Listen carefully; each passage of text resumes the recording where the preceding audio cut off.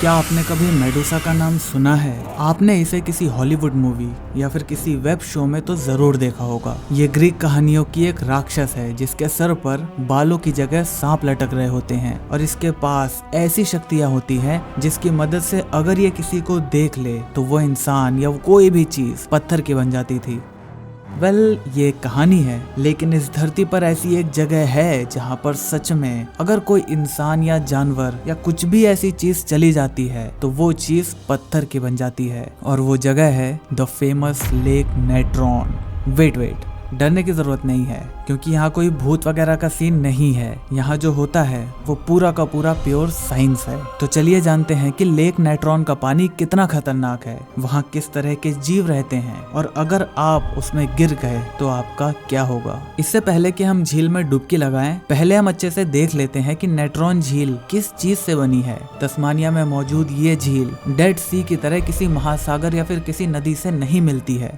इसीलिए इसे झील कहते हैं। चारों तरफ से पहाड़ और जमीन से घिरे रहने की वजह से वहां पड़ने वाली सॉल्टी बारिश या फिर किसी भी तरह के एसिडिक इवेंट के बाद का सारा वेस्ट ये नदी अपने अंदर ही सोख लेती है। लेकिन जो बात इसे इतना ज्यादा खतरनाक बनाती है वो है इसके पास मौजूद एक सक्रिय ज्वालामुखी ऑल डोइनो लेंगाई।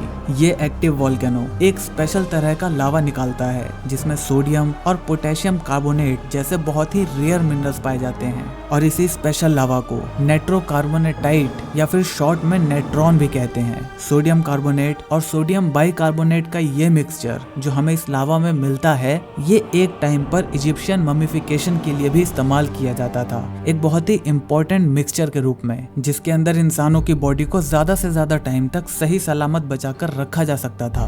वोल्केनो से निकला लावा पानी में मिलने के बाद ये पूरा सॉल्यूशन बहुत ही ज्यादा एल्कलाइन हो जाता है जिसका पीएच लेवल ऑलमोस्ट 10.5 तक चला जाता है जो कि अमोनिया के सॉल्यूशन के पीएच के बराबर है और इतना ज्यादा पीएच होने की वजह से ही इसका कलर ऐसा रेडिश टाइप का हमें दिखाई देता है। ये झील बहुत ही ज्यादा रिफ्लेक्टिव है और इसीलिए बहुत सी चिड़ियों के लिए ये पता कर पाना कि पानी का लेवल कहाँ तक है ये काफी मुश्किल हो जाता है और इसीलिए वो इसमें गोता लगा देती हैं और जो इसमें से बाहर नहीं निकल पाती उसके बॉडी के ऊपर वो एल्कलाइन पानी कैल्शियम की एक ठोस लेयर जमा देता है जो बाद में देखने पे ऐसी लगती है जैसे वो पत्थर की बनी है। 2013 में wildlife photographer Nick Brandt ने सबसे पहले यहाँ पर होने वाले इस अजीब फिनोमिनन के बारे में लोगों को बताया था जहाँ बहुत सारी चिड़िया इसमें डूबकर कैल्शियम का एक पत्थर बन जाती हैं। वहीं फ्लेमिंगो के लिए ये जगह किसी बगीचे से कम नहीं है जहाँ कोई भी शिकारी उनके पास भी नहीं आ सकता। तो अगर ये फ्लेमिंगो यहाँ पर सही सलामत रह सकती हैं तो हम इंसान क्यों नहीं?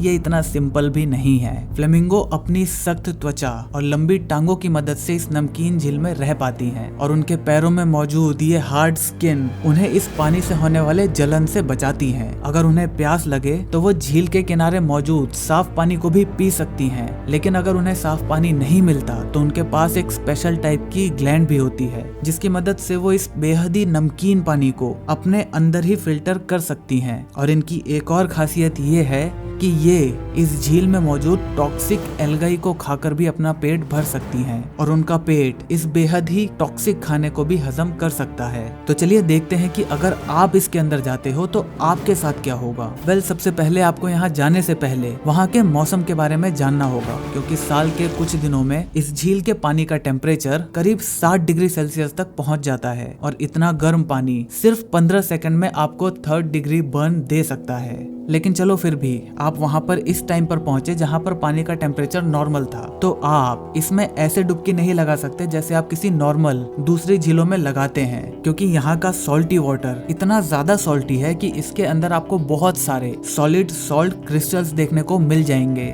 इसके अंदर कूदना ऐसा ही होगा मानो आप ऐसी किसी झील में कूद रहे हो जिसके अंदर बहुत सारे कांच के छोटे छोटे टुकड़े हैं। मुझे तो सोच के भी डर लग रहा है कि ऐसी झील में कूदने के बाद इंसान का आखिर होगा क्या। अब जैसा कि आपको इसके पीछे की साइंस का पता चल गया और आपको ये पता चल गया कि जो पत्थर के जीव वहाँ पर पाए जाते हैं वो एक्चुअली में कभी जीव हुआ करते थे, लेकिन वो अब पत्थर के हैं नहीं, उनके ऊपर सिर्फ कैल्शियम की एक शेल चढ़ चुकी है। वहाँ पर किसी भी तरह का भूत या फिर ऐसा कुछ भी मौजूद नहीं है। तो अगर आप इसमें चले भी जाते हो तो आप एकदम से पत्थर के नहीं बन जाओगे, लेकिन अगर आप इसमें डूब जाते हो और इस झील में आप ऐसे ही कई दिनों तक पड़े रहते हो तो आपके शरीर के ऊपर भी कैल्शियम की ये लेयर चढ़ने तैरने लग जाएगी और आपका पूरा शरीर उस लेयर में ढक जाएगा, मानो आप पत्थर के बन चुके हो और आपका शरीर उसके अंदर बिल्कुल सही सलामत रहेगा। अगर कई सालों बाद आपको वहां से निकाला जाता है, आपके लाश के ऊपर की उस सख्त लेयर को हटाकर आपकी बॉडी को उस शेल में से बाहर निकाला जाता है, तो आपकी बॉडी